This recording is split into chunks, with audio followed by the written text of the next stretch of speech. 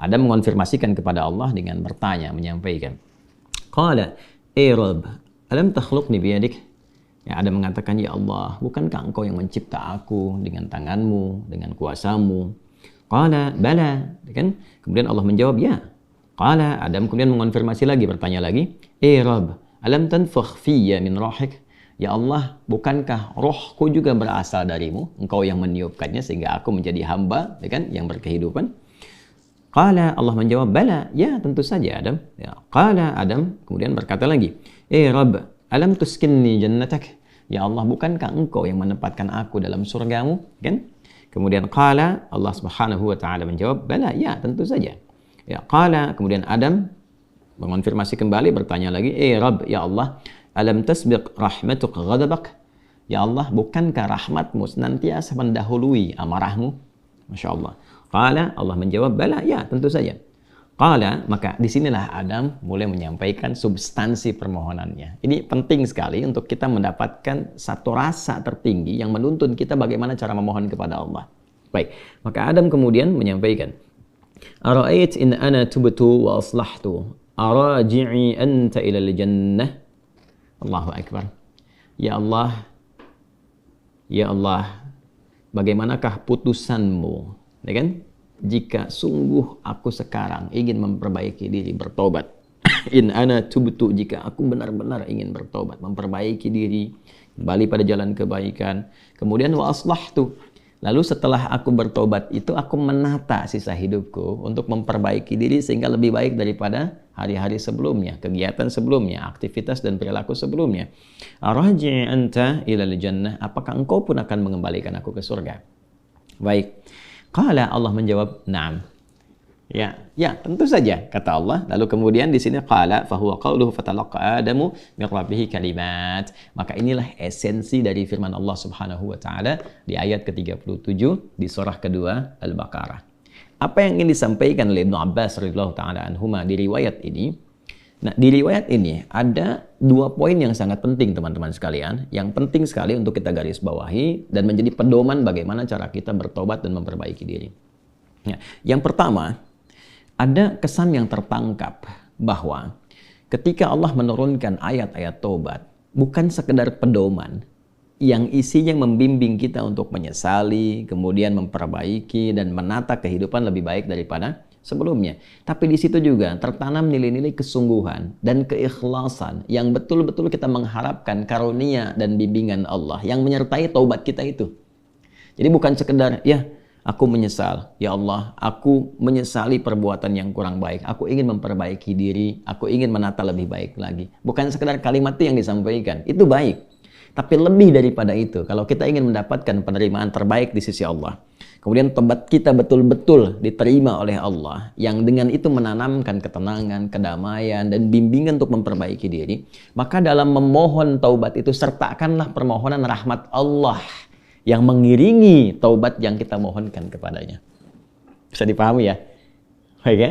Ya, rasakan keinginan untuk memohon rahmat Allah. Ini diantara isyarat kalimat-kalimat tadi. Ya, sesungguhnya Adam tidak perlu mengkonfirmasi tentang pertanyaan-pertanyaan, ya Allah, bukankah engkau yang menciptakan aku? Ya Allah, bukankah engkau yang meniupkan rohmu juga kepadaku sehingga aku hidup saat ini? Bukankah engkau yang menempatkan aku di surga? Gitu kan? Dan sebagainya. Nah, kalimat-kalimat itu akan sering kita dapati begitu kita melihat ayat-ayat dalam Al-Quran tentang permohonan doa, baik itu terkait dengan doa biasa, apalagi terkait dengan permohonan taubat.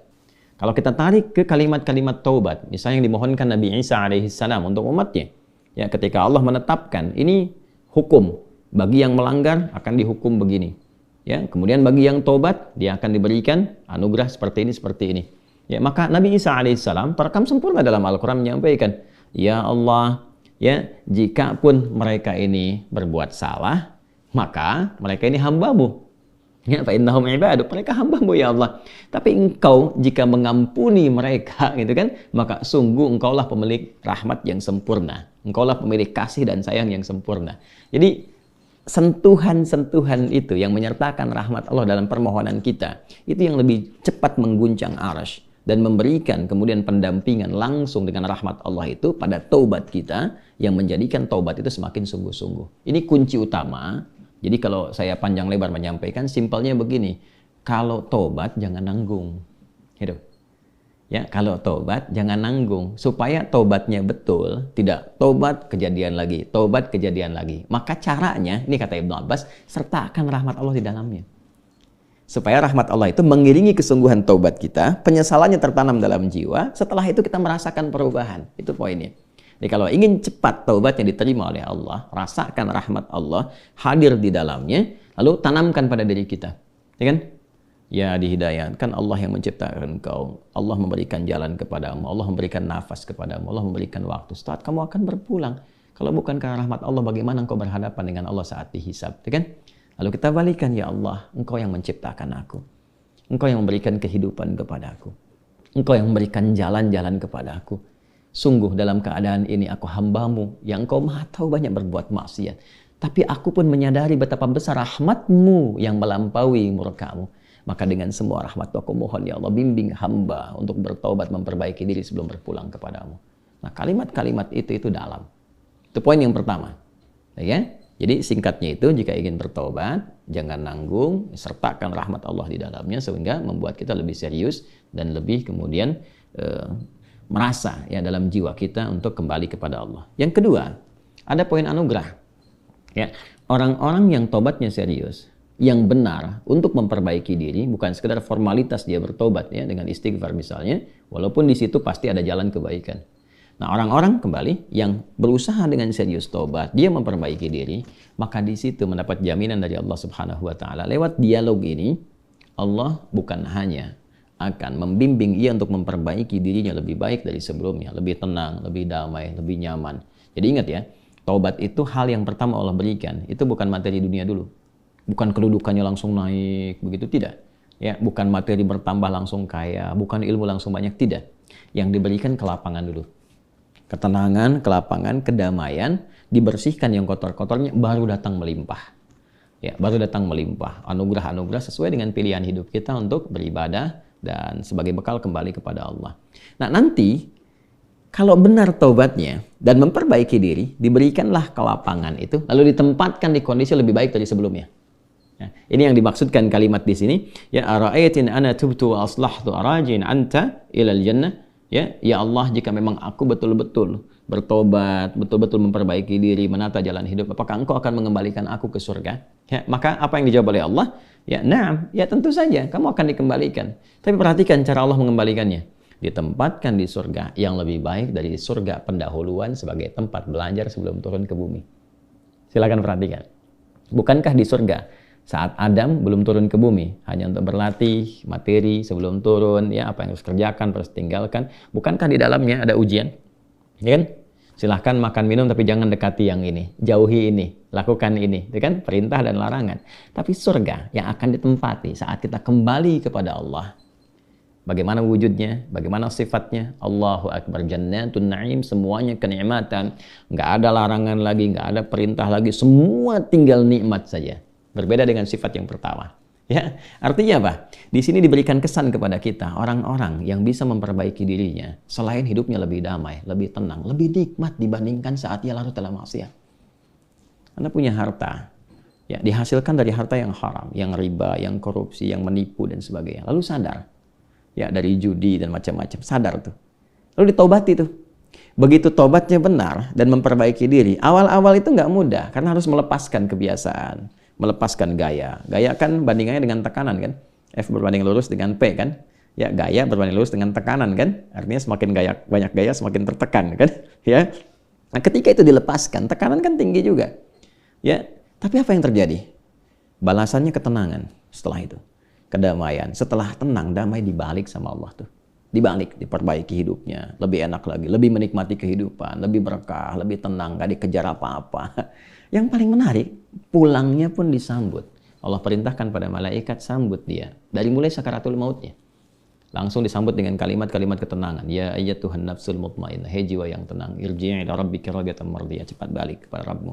Ya kan? Kembali kepada Tuhanmu. Dengan keadaan yang nyaman.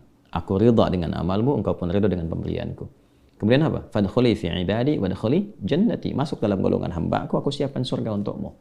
Nah, surga yang diinformasikan dalam sakaratul mautnya, aku siapkan surga untukmu. Itu lebih indah, lebih baik dari semua kemewahan yang pernah ia rasakan di dunia. Dan itu nggak ada bandingannya. Walaupun setetes. Walau setetes. Itu poinnya.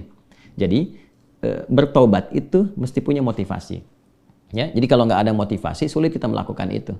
Motivasi terbaiknya adalah, nih, mau sampai kapan larut dalam maksiat? Bagaimana kalau sedang bermaksiat itu wafat? Ketika sudah menyadari itu, cepat perbaiki, cepat bertobat. Begitu tobat itu dilakukan dengan benar, janji Allah turun. Ya, selain dibimbing, diberikan ketenangan, kedamaian, dibalikin lagi, lebih nikmat dari sebelumnya. Lalu dibimbing mendapatkan sesuai dengan bekalnya. Kalau ilmu dikuatkan dia, supaya cari surga dengan ilmunya. Kalau kedudukan diatur, supaya tidak mendapatkan kedudukan dengan nyogok, dengan korupsi, kan? Dan macam-macam. Naik itu. Sesuai dengan maslahat dia. Dan kalaupun dapat harta dengan cara yang benar, nggak usah nipu, ya, nggak usah korupsi, nggak usah macam-macam gitu. Dapat dia, ditempatkan. Sampai dia jaga sampai wafat aja. Begitu meninggal, dapat yang terbaik. Lebih indah dari suasana yang dia dapatkan sebelumnya. Itu spiritnya. Ya, itu yang tadi saya katakan. Menjadikan Allah sangat mencintai orang yang selalu berusaha menata dirinya lebih baik. Bertobat terus, tobat lisan, tobat pandangan, tobat pendengaran, sampai tobat kaki. Sampai dia merasakan perubahan dari semua organ tubuhnya. Tobat mata, dia berlatih. Jangan dikira kalau tobat itu, fungsi mata itu akan selesai dengan memandang saja. Tidak. Tantangannya ada. Nah, nanti keberhasilan tobatnya itu diukur dengan ketika memandang yang tidak diinginkan oleh imannya, dia bisa elakkan pandangan. Itulah ghadul basar. Ya, telinga juga begitu. Kalau sudah nanti cukup bagus, terlatih dengan tobatnya, dia akan hanya gunakan refleks pendengaran untuk yang baik saja. Sampai ke ujung kaki. Demikian. Nah, itu kalau sudah ada ciri seperti itu, sikapnya berubah, ini tanda pertama bahwa tobatnya diterima oleh Allah Subhanahu wa Ta'ala.